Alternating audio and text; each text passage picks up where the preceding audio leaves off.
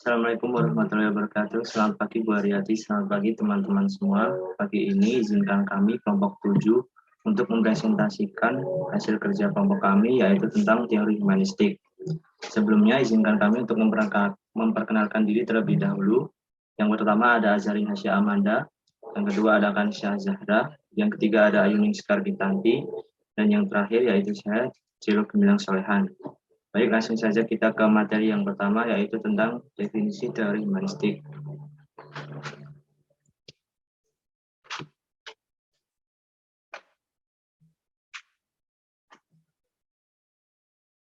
Teori belajar humanistik adalah teori yang menyatakan bahwa manusia berhak mengenali dirinya sendiri sebagai langkah untuk belajar, sehingga diharapkan mampu mencapai aktualisasi dirinya sendiri.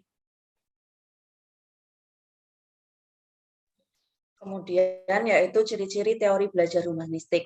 Yang pertama yaitu menekankan pada aktualisasi diri, yaitu manusia sebagai sosok individu yang bisa mengeksplorasi diri sendiri. Yang kedua, proses merupakan hal penting yang menjadi fokus belajar. Yang ketiga, melibatkan peran kognitif dan juga afektif. Yang keempat, mengedepankan pengetahuan dan pemahaman. Yang kelima, mengedepankan bentuk perilaku diri sendiri, dan yang terakhir yaitu tidak ada yang berhak mengatur proses belajar setiap individu.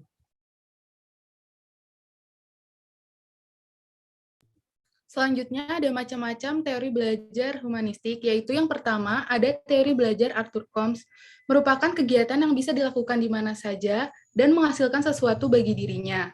Lalu yang kedua ada teori belajar Bloom and Cardwell, yaitu membahas unsur manusia yang kognitif, afektif, dan psikomotorik.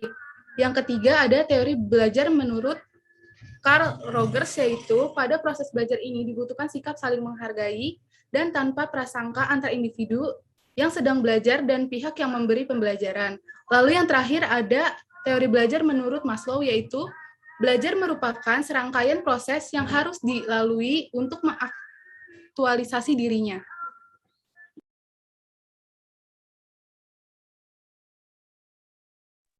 Kelebihan teori humanistik. Yang pertama, menekankan pada pembentukan kepribadian, hati nurani, perubahan sikap setiap individu. Yang kedua, bisa menumbuhkan minat seseorang untuk terus belajar. Yang ketiga, seseorang pembelajar bisa mencapai aktualisasi dirinya dengan baik.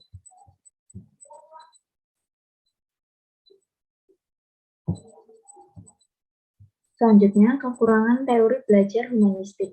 Yang pertama, proses belajar bisa gagal jika tidak ada kesungguhan dari setiap individu. Yang kedua, peran pendidik menjadi terbatas karena hanya sebagai fasilitator. Yang ketiga, bisa memunculkan sikap individualisme. Yang keempat, bisa memicu kesenjangan keberhasilan setiap individu jika terdapat sebagian individu yang sulit untuk mengenali potensi dirinya. Yang terakhir, tidak bisa dijadikan metode pembelajaran secara praktis.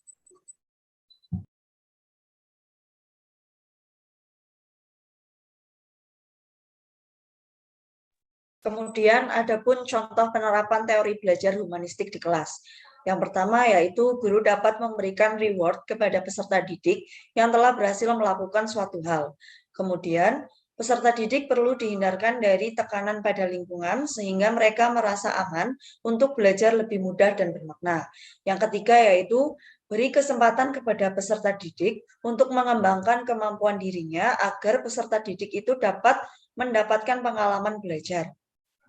Kemudian yang terakhir yaitu pendidik harus memfasilitasi peserta didiknya dengan memberikan sumber belajar yang mendukung.